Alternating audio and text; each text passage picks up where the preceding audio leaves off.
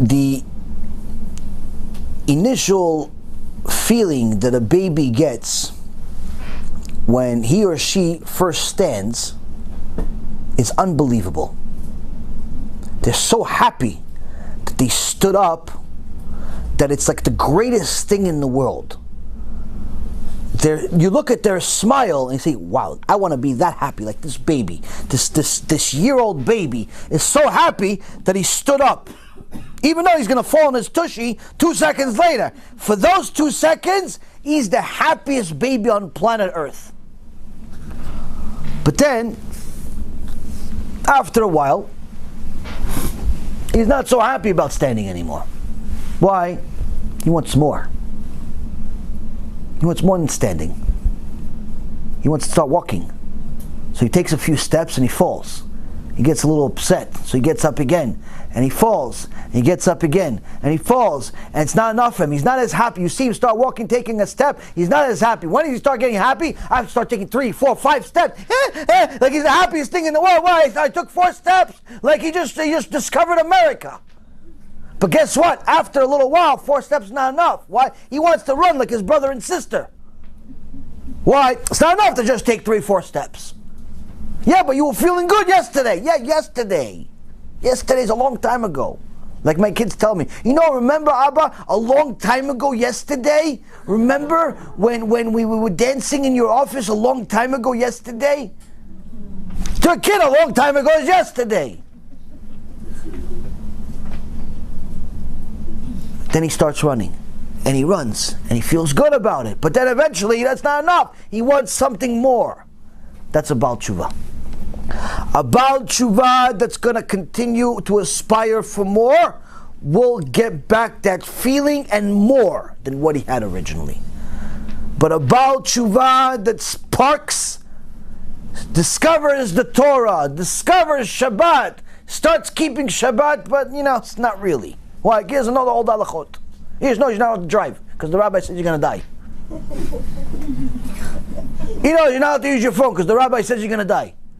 He knows you're not allowed to touch different things because the rabbi says you're probably going to die. The rabbi keeps saying you keep dying, so he doesn't move the whole Shabbat, he sleeps. Guess what? After 6 months of this, he hates Shabbat. Why? He doesn't know why he's keeping it.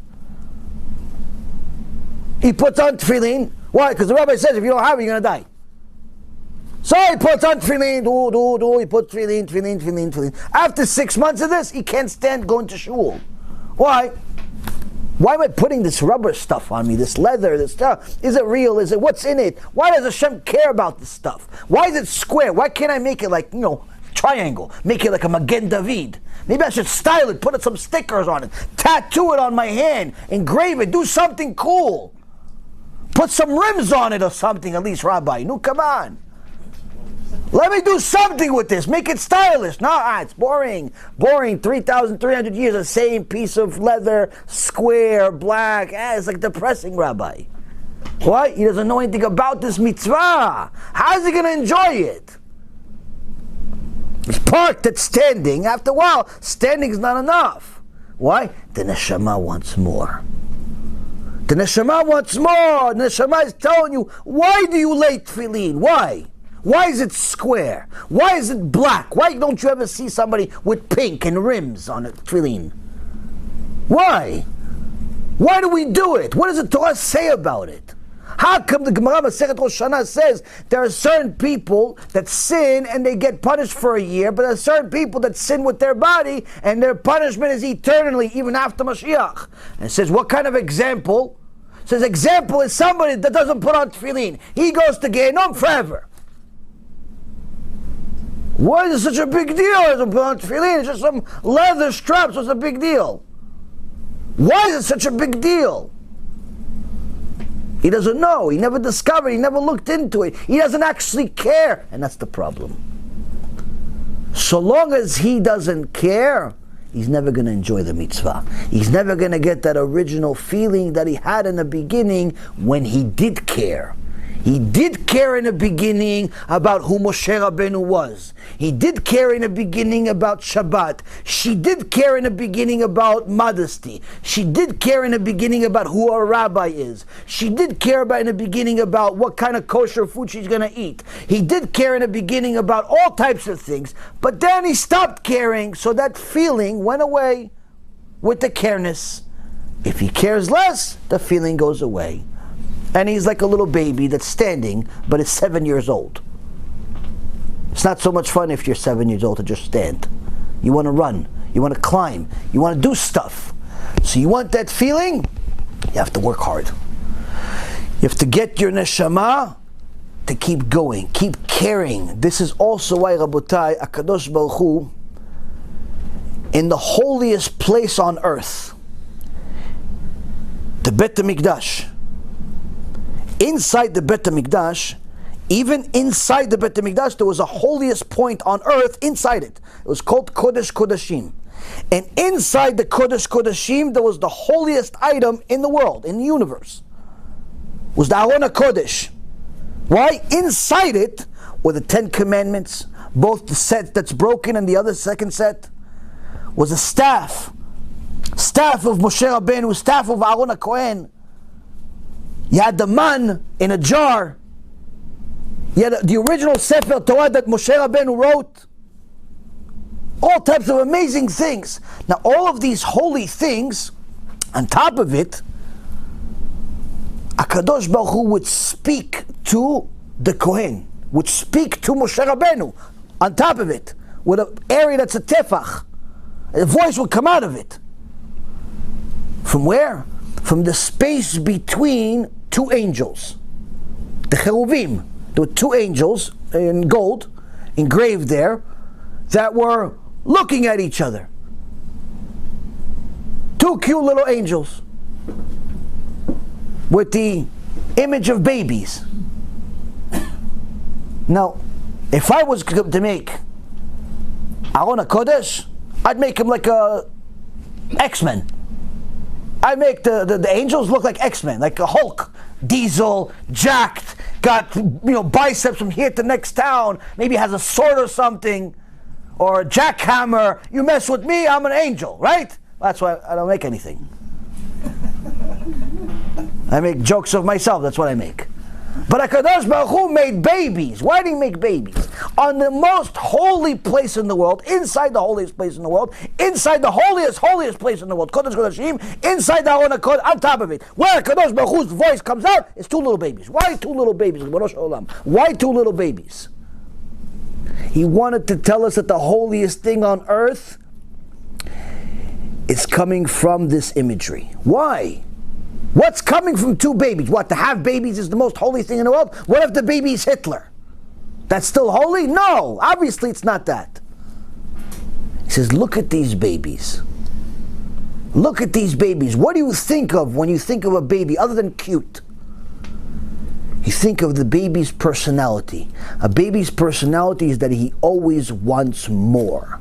He wants to learn more. He wants to do more. He's interested in everything. Everything goes in his mouth. Everything he wants to look at. Everything he wants to do by himself.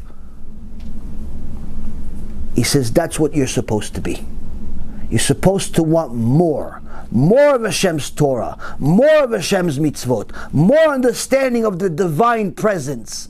More. That's what we have ambition for. A Baal Tshuva is like a baby. A convert is like a baby. They want everything. If you stay with that mentality, you'll get really far. You'll get to the holiest place on earth. Holiest place in the universe. If you stay with that mentality, and you exercise that mentality of wanting more mitzvot, more Torah, more knowledge, more clarity, you'll arrive at the greatest point that anyone else can. But if you stop acting like a baby, and you don't want more anymore, because you're happy with what you have, you start acting like a retiree. You just want to sit there and do nothing until you die. Then you start suffering. Then everything becomes like a burden. Then putting on tefillin is like you're putting on chains. Keeping Shabbat It's like almost like they're sending you to a gas chamber. Eating kosher, it's almost like, you don't want to eat it. Why? I don't know why. It's just not good to me. Being married all of a sudden seems miserable. Having kids, you start thinking about the money it's going to cost you. All mitzvot become like a burden. It's like one sack of potatoes. Why? You don't want to put in anything into it. You don't want it. When you don't want something, automatically it becomes bad. When you don't want to be married, automatically your spouse becomes ugly. When you don't want kids, automatically you don't like anyone else's kids either. When you don't like your job, guess what? Automatically you start seeing everything that's wrong with this company. How come it didn't matter to you for the first 5 years you worked for them? How come all of a sudden everything is wrong with this company? How come you didn't say nothing for the first 5 years? You don't want to work for somebody, automatically the boss is rotten. How come you didn't say he's rotten for the first 5 years? You don't want to do mitzvot? All of a sudden, all the rabbis are terrible. All of a sudden, you're having questions about God. Who made God? How come you didn't ask this the first 5 years? How come? Because it's not the question. You don't want to be religious. You want to be Rasha. Enjoy yourself in Genom, if you're going to do that. But once you start realizing my lack of enjoyment is only because of my lack of effort. When I put effort into it, I liked it. You have to find a way to push yourself to start investing more. You invest more into doing it, you're going to start liking it. B'Shem Hashem Na'aseh v'Natzliach, we're very excited to offer you the new BeEzrat Hashem app 3.0. It's a newer, faster app full of Torah, lots of Kedusha by the shiurim that we do, myself, Rabbi Efraim, Rav Chaim, where you'll have also newer features where you're able to use the app while you're using other applications on your phone. You'll be able to share the lectures directly from the app. You'll be able to donate online and support our Cube and our Torah work that we're doing. And the most exciting feature is that you'll be able to actually ask questions directly on the app and get answers from the rabbis directly from the app. This is something unprecedented, and Baruch Hashem will be able to offer it. Thank you again for all of your support. Check it out. Make sure you have the kosher Torah that will re-energize your neshama each and every single day. Call to B'chav Hatzlacha.